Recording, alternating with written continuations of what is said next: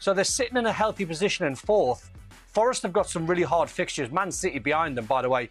Their next six fixtures are awful, so they've got a massive game against Newcastle. So if they can arrest the sort of slide and start getting some clean sheets and being more mature and finding some character, there's still a bit of ability in this side, but I wouldn't trust them. That's the thing, and this is what Maresca had to say. He was asked to the fans about the expectations between now and the end of the season. This is what he had to say, and this wasn't received particularly well by Chelsea supporters either. A defeatist tone, to say the least.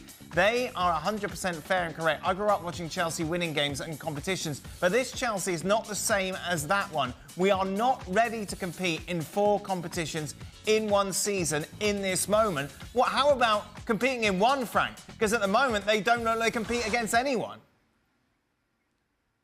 That's true, but he's right. I mean, he's only being fair to the fan, too. I mean, that's obvious.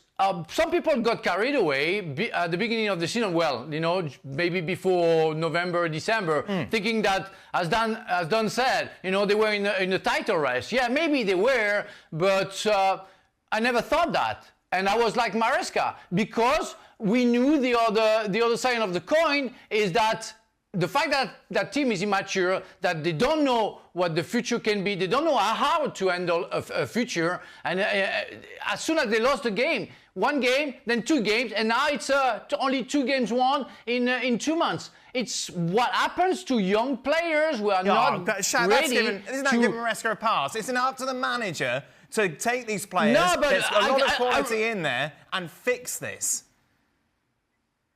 Yeah, but you cannot cope with the defensive mistake that they are doing. I mean, the 2 goals that they conceded today, it's because of the bad pass from a defender. And what a coach can do. I mean, you're a professional football player.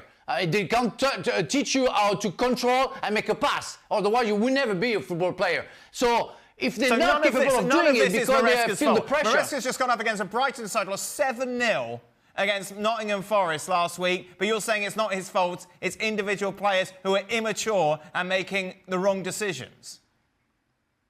Yes, I think that, because I saw last season what happened, and without Maresca, that was the same mess. So saying that Maresca had to adjust, we saw the 2 other coaches not being able to do that. Maresca, at least, did something pretty good for long term, where nobody expected that. Really, everybody expected another bad season for Chelsea. Suddenly they became a big team in a title race. Again, some people got carried away. No, we just go back to who they are. Because that's what it is. That's football. There is a time to learn. But isn't it up to the manager to make these individuals better, Frank? And they're not. Week by week, they're getting worse under his stewardship.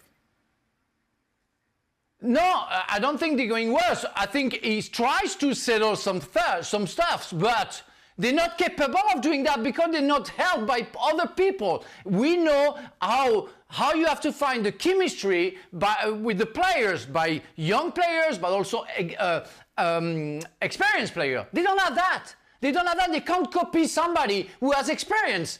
They buy themselves. It's what they wanted to do. At least last season or 2 seasons ago, they had Thiago Silva. At least they had, at some point, some other players. They got rid of them.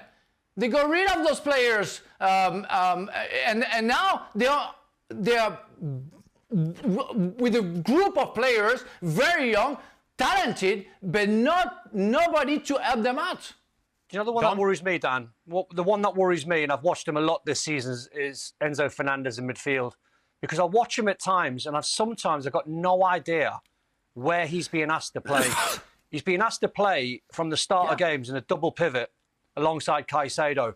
The minute the game just starts going away from Chelsea, he's got this, I say ability, it's not ability, inability, to start running all over the pitch and vacating his position. He doesn't play the position very well. It's almost like he wants to be a number 10. He wants to be where Cole Palmer is, and he's not disciplined enough to sit still. So this is on the player, because he's got to recognise it, because he's a World Cup winner. He's very experienced, even though he's young. He knows the game. But this is also on the manager, because the manager is allowing him, when he watches the analysis back, I think it was the Ipswich game about a month and a half ago when they got beat 2-0, I think. And he was running all over the pitch, vacating his position, leaving Caicedo on his own. So the manager and the coaching staff, when they're doing their analysis after that game and they'll watch him vacate that position, they can't then allow that to carry on into the game after and the game after and the game after. That's where that's on Maresca. Shaq is just passed me. I just want to add something. Sorry, Dan. You know, it's like when you raise your kids and you give limits. And it's how you educate your kids. Because they have limits, they know they can go through that. There, they don't know. Because they have nobody to tell them, and it's maybe where Maresca can be guilty for that, they don't have limits. They don't know what to do because they're not in a right frame to know exactly what they have to do. And it's what the example of Enzo Fernandez is typically what they shouldn't do. And they get carried away, they go everywhere, and they forget all the basics, and it's a big mess.